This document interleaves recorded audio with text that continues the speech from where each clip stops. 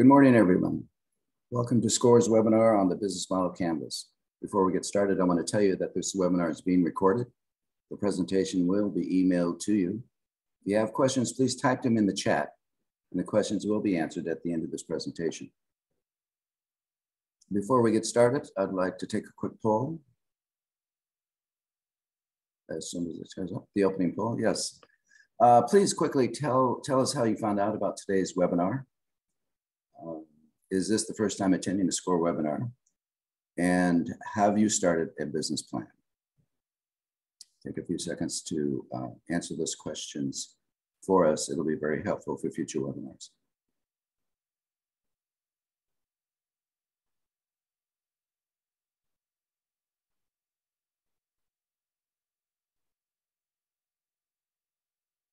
Just a few more seconds.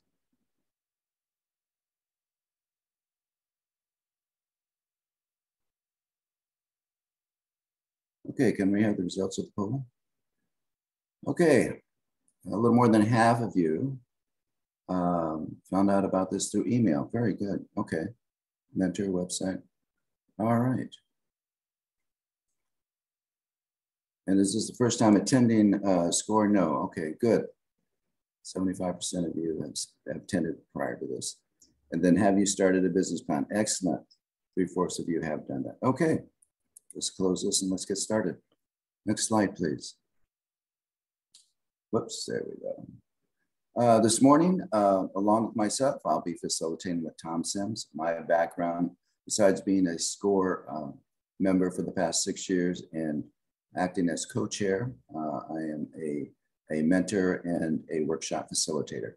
My background is banking, and a few years ago, I was a small business owner. Next slide. Okay, we're going to talk today about the business model canvas, which is the precursor to the business plan. The business plan encompasses all of these bullet points. The executive summary lists your objectives and goals. It will provide you with the mission statement. Included in that will be the vision statement, and they are different. Keys to success, the business description. We're going to talk about the market, the size of your market, the customers, your target market, what your competition are, and trends, industry trends.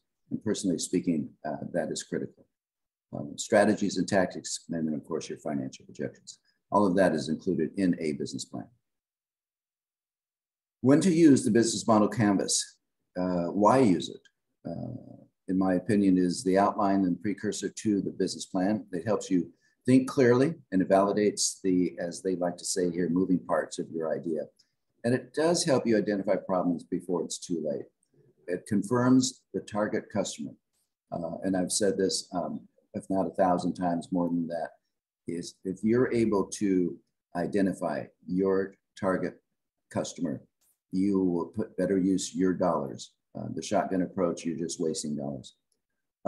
It creates and validates the value proposition. That's an industry term. What does value proposition mean? It really is a phrase used to describe why your customer will buy your product or service, as opposed to your competition. What problems does it solve for the customer, and what is the value offered? There's an old saying, everybody knows the cost of something, but very few people know the value. In my opinion, if you show your customer the value of your service or your product, you will have a customer for life. Next slide, please. The business model canvas is good for you because it's much simpler than a business plan. It's useful for you to think through your ideas for your business. And I would encourage you to use a mentor to help you through that process. It is one page. It is fairly simple once you get the hang of it, but it does help to have somebody help you with the process. Next slide. Okay, we have a saying here at SCORE, those that fail to plan, plan to fail. You've probably heard that. You can't get anywhere if you don't know where you want to go. A business plan is a roadmap, and that's all it is. And there are going to be several types of business plans that you will need in order for you to become a successful entrepreneur.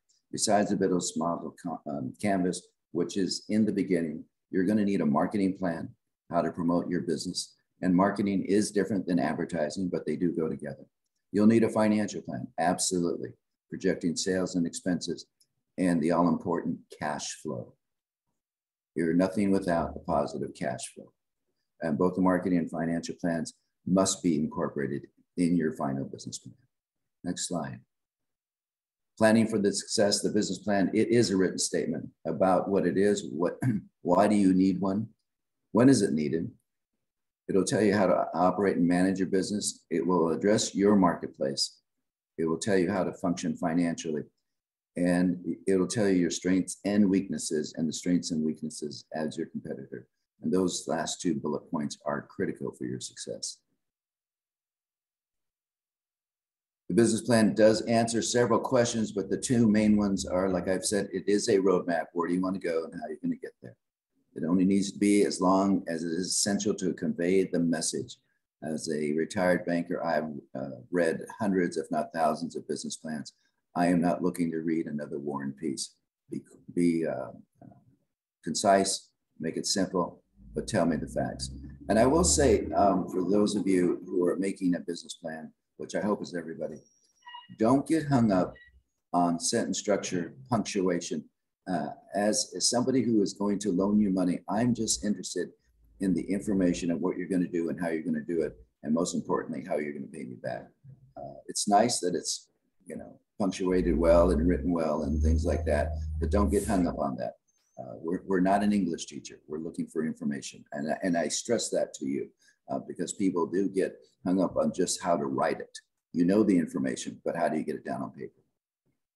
Use it for periodic feedback, what is working and not working, and adjusting. And as we'll tell you in the next slide or two, it is a living instrument. It is something that needs to be adjusted, if not monthly, every few months. Next slide. The two basic elements of the objectives, the strategies. How are you going to achieve those objectives? And what are you going to do to achieve those strategies? Strategies and tactics. How are you going to develop those? And if you have any problems with that, get with a SCORE mentor. They'll talk you through. The purpose of the business plan, of course, is to communicate to the bank if you're looking for financing, to the investors if you're looking to get money that way to start your business, to employees. And oftentimes a business plan can help you identify and recognize the culture that you want in your business to your employees. That helps keep morale out. That helps them buy into the business and what you're trying to do. It is a guide for measuring performance. And if you are attending the Simple Steps classes, measuring your performance is critical, not only against your business plan, but against what the industry standards are. They're critical for you to determine if you are going to be successful, but also to determine if, in fact, you're meeting the minimum goals, the averages of what your industry is expecting for you. Next slide, please. The business model canvas was created by Alexander Osterwalder. It is a strategic management and lean startup template for developing new and documenting existing business models. It is a visual chart with elements describing a firm's or product's value, proposition, infrastructure, customers, and finances. It is a visual chart with elements describing a firm's or product's value, proposition, infrastructure, customers, and finances. We're going to show you a quick video, and then after that, my co-presenter, Tom Sims, will take over from there.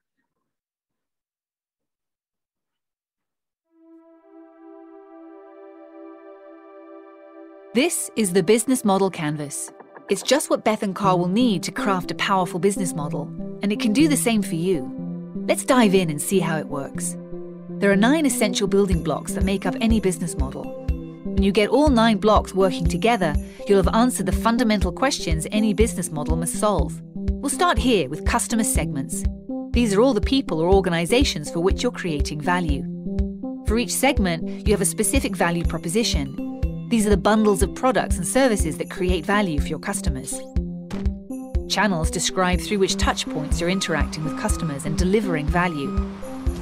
The customer relationships outline the types of relationships you're establishing with your customers and how you're acquiring and retaining them. Pricing mechanisms through which your business model captures value are documented under revenue streams. The Key resources show which assets are indispensable in your business model, so you can describe the infrastructure you need to create, deliver, and capture value. The key activities show which things you need to be able to perform well. The key partners show who can help you leverage your business model, since you won't own all key resources yourself, nor will you perform all key activities. And once you understand your business model's infrastructure, you'll also have an idea of its cost structure. Any business model can be mapped this way: 9 building blocks working to reinforce and strengthen each other. But before you make a model for yourself, it helps to see what a breakthrough business model looks like in action, like this one. Low-cost airlines revolutionized air travel thanks to their disruptive business model. Let's first look at their value proposition. A low-cost airline offers ultra-cheap flights to their main customer segment, budget travelers, by adopting a no-frills policy. And this leads to additional revenue streams, because customers pay for their ticket and additional fees on items like food and drink, priority boarding, and luggage. The airlines save even more money through their choice of channels, selling only through call centers and the internet, making for efficient, if not always convenient, customer relationships that are automated and often impersonal. Okay, that covers the right side of the canvas, the part everyone can see. The left side of the canvas is what's going on backstage. Like their choice of key resources, they reduce maintenance and training costs by using a single aircraft model for the whole fleet. And they only fly to cheap airports where it's cost efficient to land, or where they even get paid to touch down. Planes that do land have quick turnarounds, so they get back in the air earning money as quickly as possible. And they form key partnerships with others in the travel industry, like car rental, hotel, and insurance companies. Finally, under cost structures, all maintenance, training, airport, and call center costs are trimmed to their lowest levels. All of these pieces working together make their fares almost impossible for traditional airlines to compete with. There's nothing superior about these airlines except their business models. They're reaching an entirely new segment of travelers out of reach for traditional airlines. Cutting out costs is pretty exciting, right? But wait, just because it's successful for discount airlines doesn't mean it will work for your idea. Luckily, the business model canvas allows you to iterate many models and test them quickly. Let's get started with your own business idea.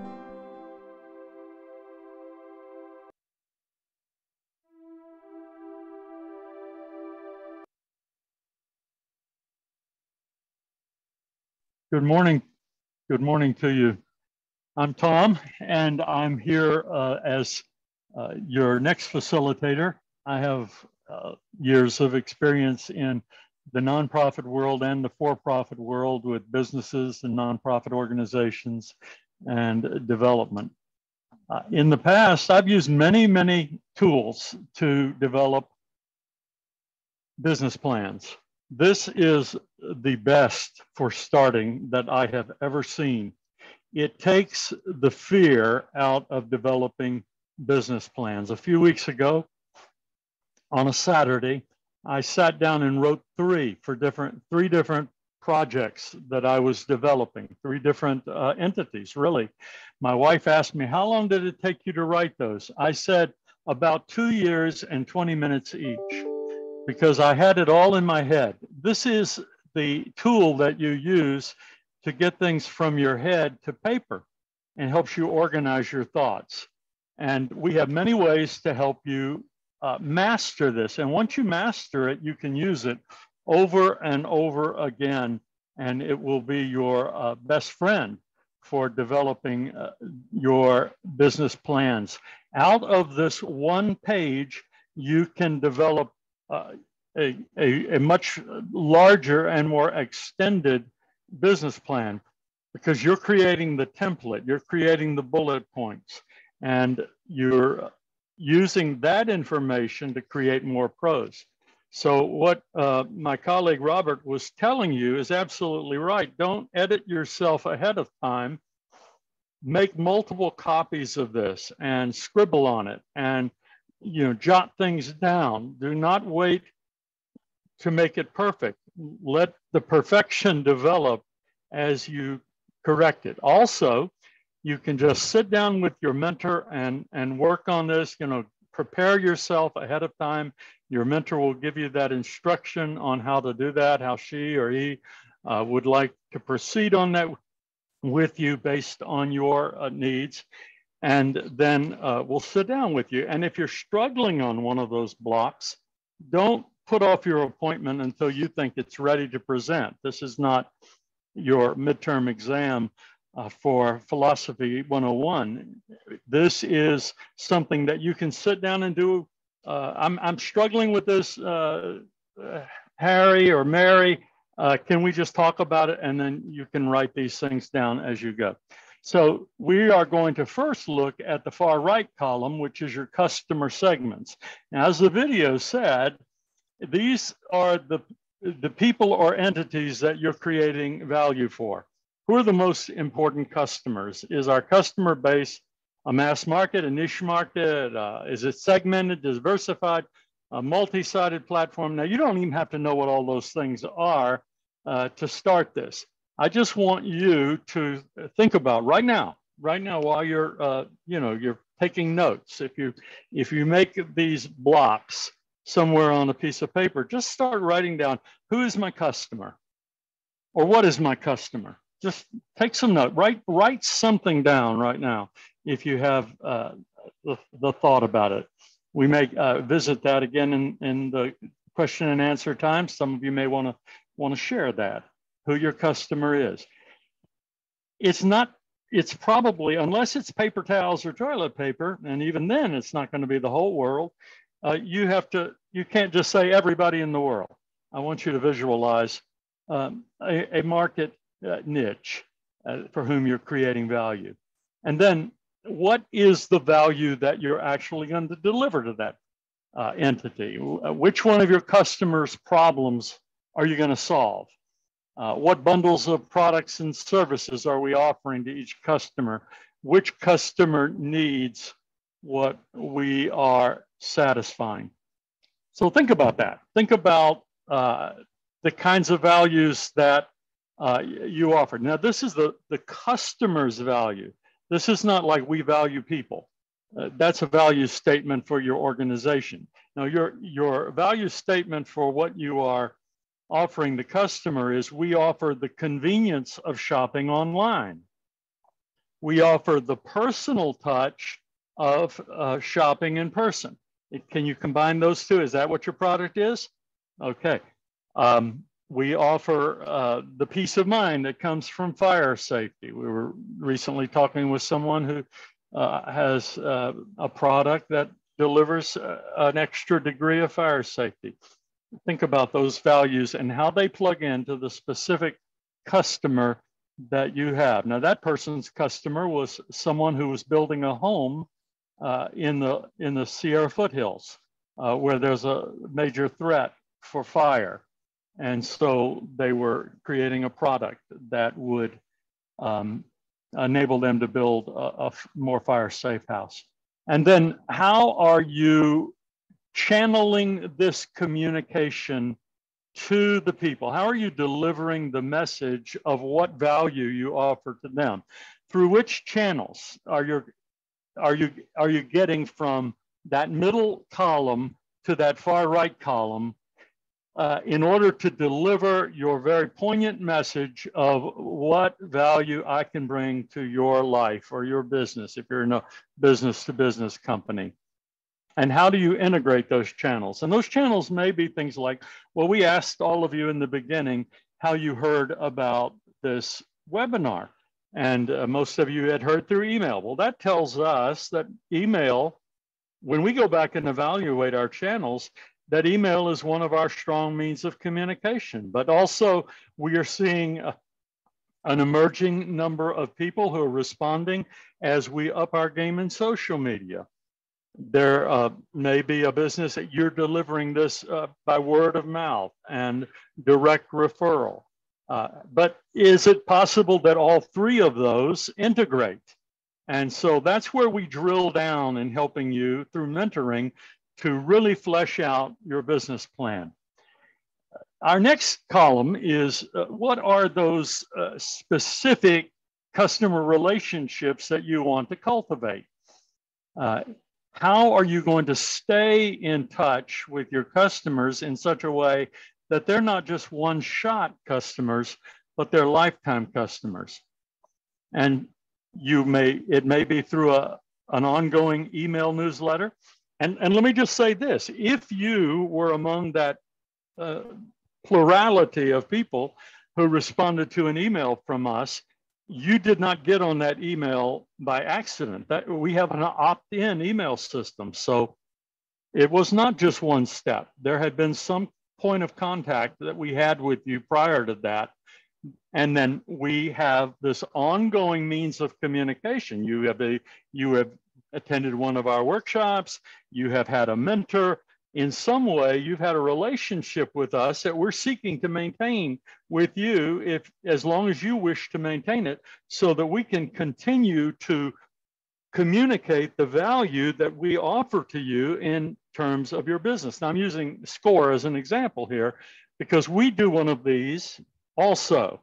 We're constantly doing these for projects, and once a year we do a major one. And we're working on finalizing one for next year, right now, next fiscal year. So as I point to these boxes and you have a question about these boxes, make notes yourself, but as you see one, however you alert yourself to a question, circle it, put a big question mark about it, or just start typing it into the chat box now, and we'll come back to it.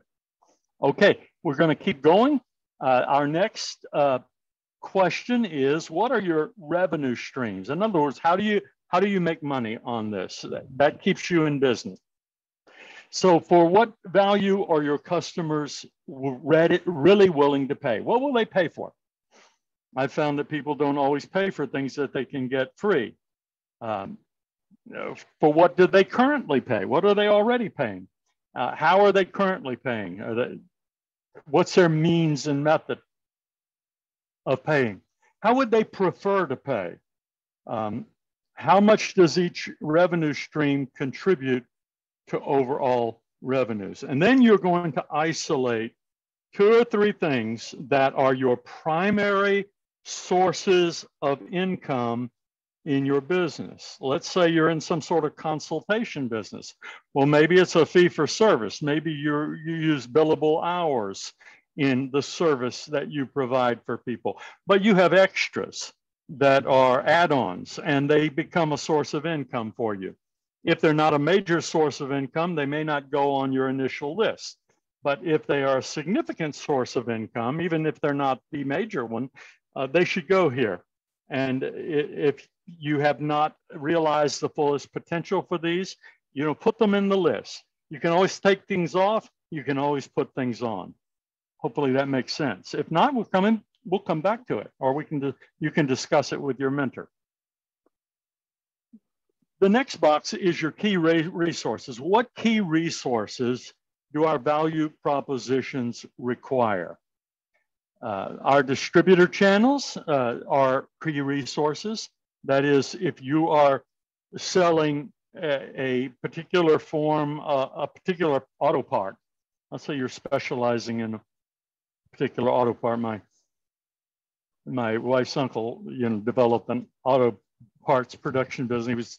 He was developing some computer component 25 years ago when it was a new thing. And so that, he had to have certain distributors and channels that he required in order to produce that. What do you require to produce? Is it t-shirts? Well, you have to have a t-shirt printer, and you have to have a source of the basic t-shirts. Is it consulting, or is it knowledge service that you're giving to people? Well, you have to have a source of information from which you draw. And these are some of your own resources that you require in order to deliver the value to your customer. There's more we can talk about that, and we will. What do you have to do? What are your key activities that facilitate the delivery of your value to the customer? Those things that are described in your value proposition. Are you maintaining those channels? Is it maintaining the customer relationship, maintaining the revenue streams? Is there an activity that you have to do every day, and you have to provide in order to have a consistent service or product delivered to your customer that creates value for them, that solves a problem in their life or in their business. And then we have key partners.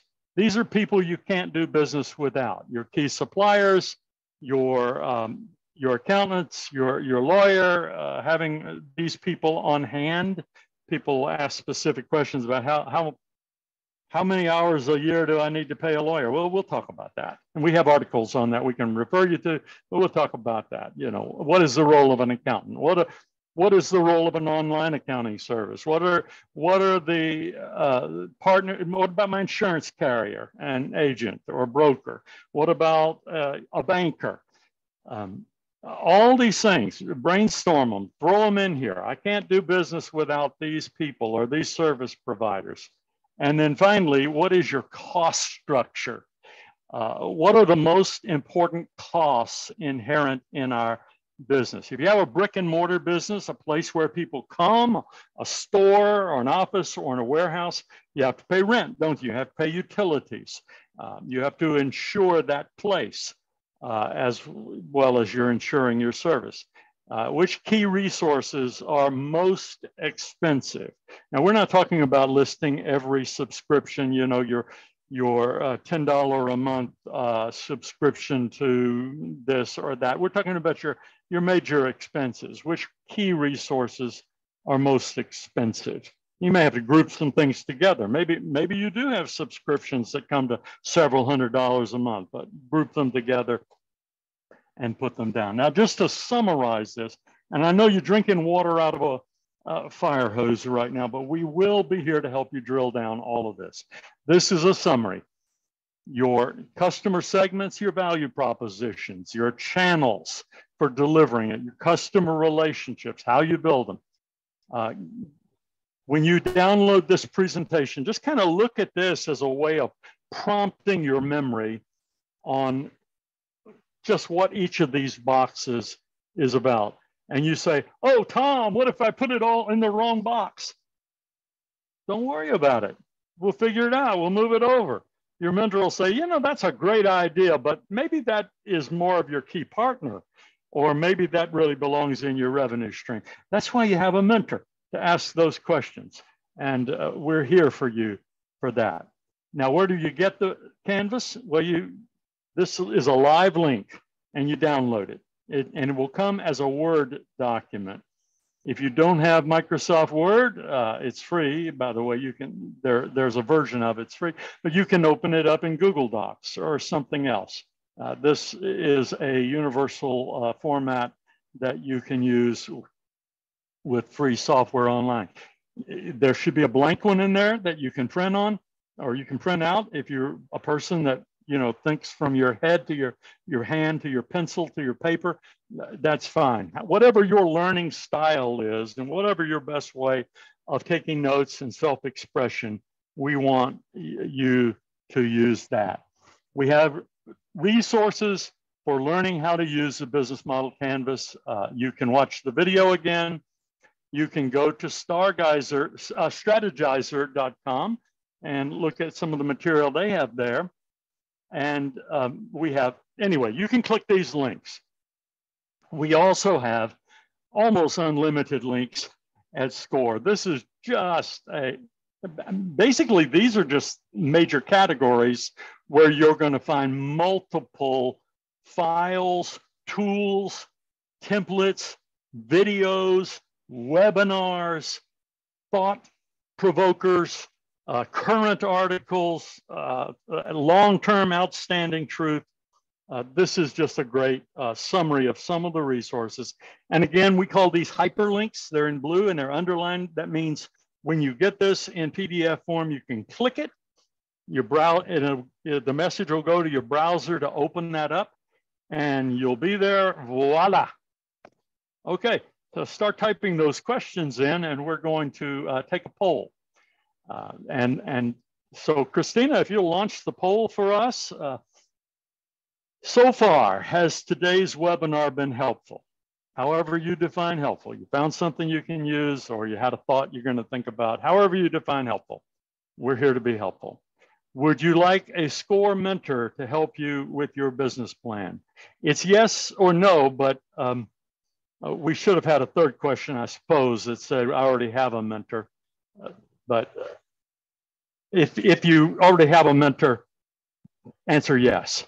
And then the third question is, are you subscribed to receive our emails for upcoming webinars? That's one of our challenges, our channels for how we communicate with you. And it's an example of that block in the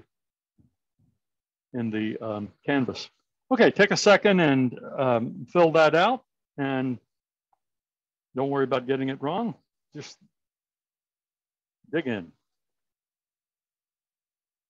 And when you think they're all in, Christina, there you are. Okay, thank you everyone for finding it helpful. You know what that means to me? That means you invested in this workshop. You invested in it. If you got something out of it, it's because you were engaged and you invested yourself in it. And that's 100% of you. We have 84% would like a SCORE mentor, and we're so gratified to hear that, because that's how we can really deliver these services to you. And all of you would like to be on our mailing list. So I just need to tell you how to get a mentor, and then we'll dig into the questions. It's a very simple matter. You go to the website, and it's score.org/find-mentor, and you make a request. It's as easy as that. Your mentor from SCORE is free. We try to respond to you as quickly as humanly possible. We have a goal to get back with you immediately with an assignment, and then once the mentor receives the assignment and the request, and they accept that request, then they're going to probably shoot you an email, unless you just can't receive email, but we hope you do. And but we're going to find some way to contact you, and each mentor has their own way of setting up the first appointment with you. Okay, let's move into our question period. I'm going to stop sharing my screen, and we're going to get into our questions and answers. Hopefully we'll have answers to go with our questions, and Robert and I are here to entertain those. And we have questions both in the Q&A. Let me check that. Yes, why don't we start with those, Bob? Can you give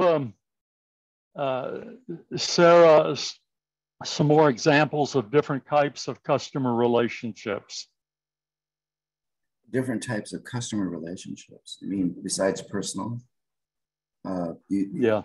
The ongoing. Well, the ways that we relate to our customers, the processes, the programs, the strategies.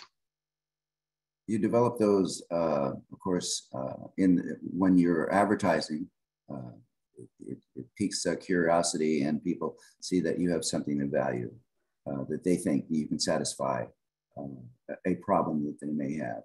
And then the point of contact really is key, and then keeping that point of contact. And that's why everybody asks for your email address before they actually make the sale, because they want to keep in contact with you, whether it's to promote their goods and services or to offer you discounts. It is an ongoing process, but there are many ways to do that. Back in the day, before when I was in business, we did a newsletter. We offered recipes because what we sold was a cooking device. We sold microwave ovens, and it was brand new on the market. And we let people know that cooking with a microwave was a new way of doing business, and we kept that relationship going by offering recipes and how to do that. And it brought people in because, of course, in order to cook a certain dish, you needed a certain product. And so it kept people flowing in. And so the constant contact, whether it be social media, whether it be through email, is key to keeping that relationship warm and fuzzy.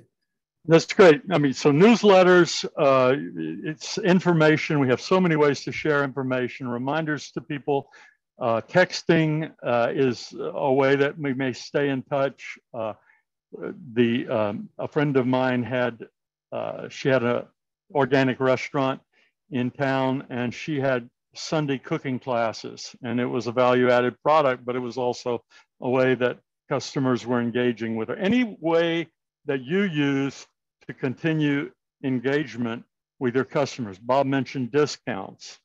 That's an ongoing thing. Your preferred customer, a loyalty program, all sorts of kinds of things like that.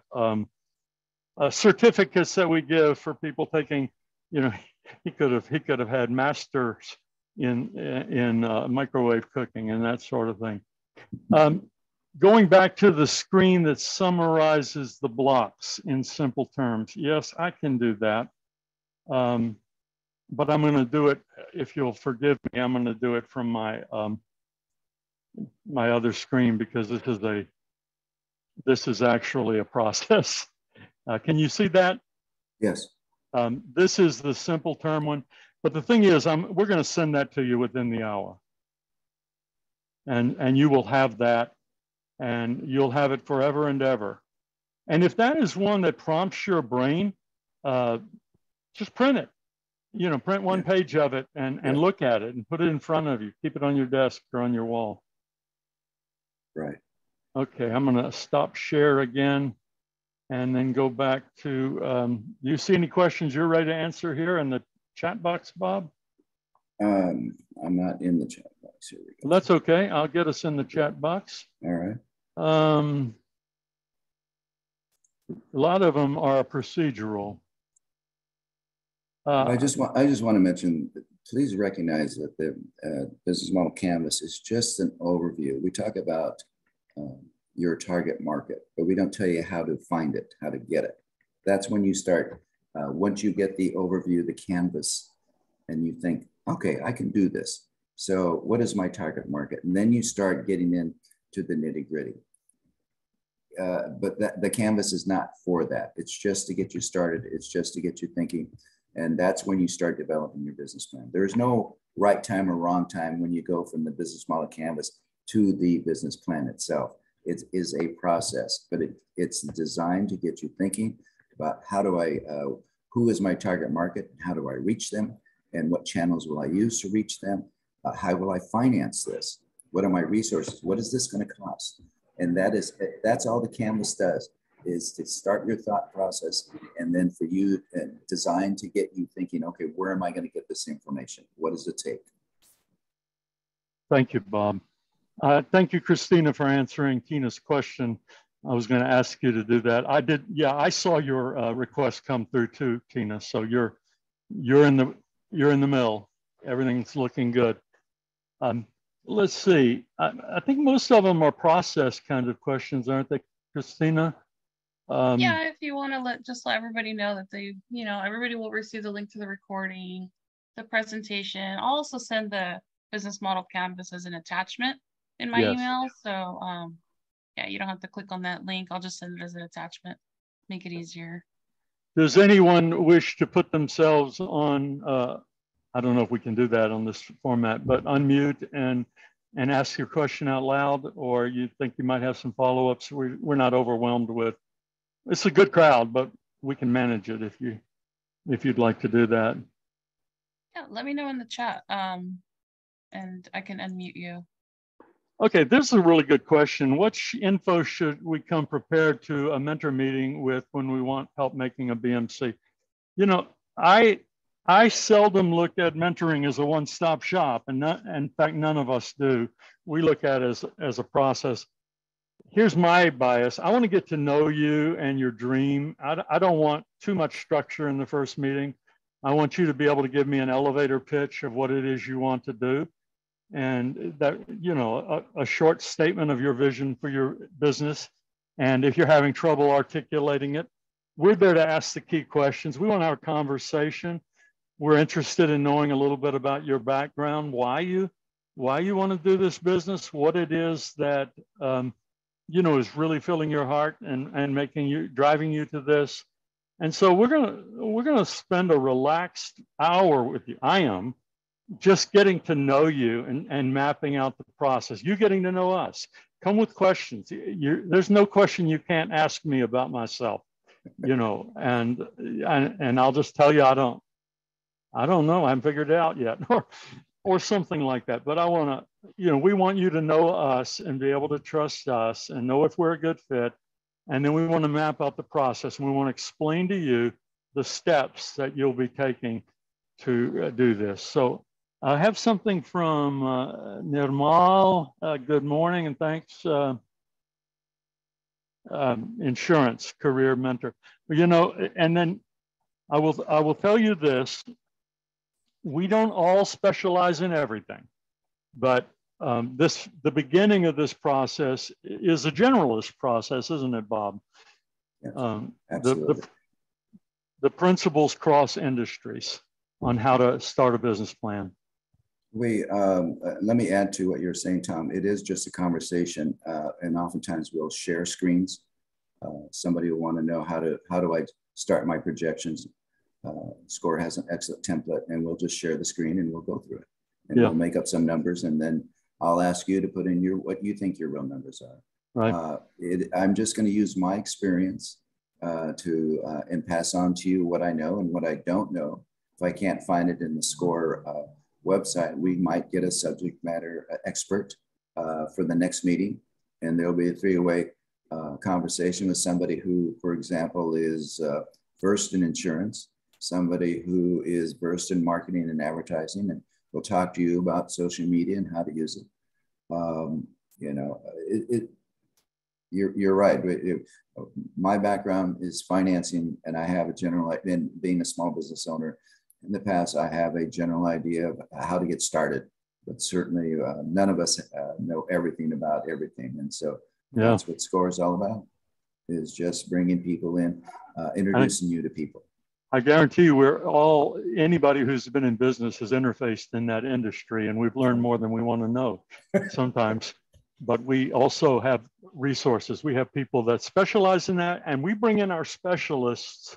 We have a pool of about 13,000 people that we can draw upon for volunteers. We have the whole country, and because we're online, the world is our oyster.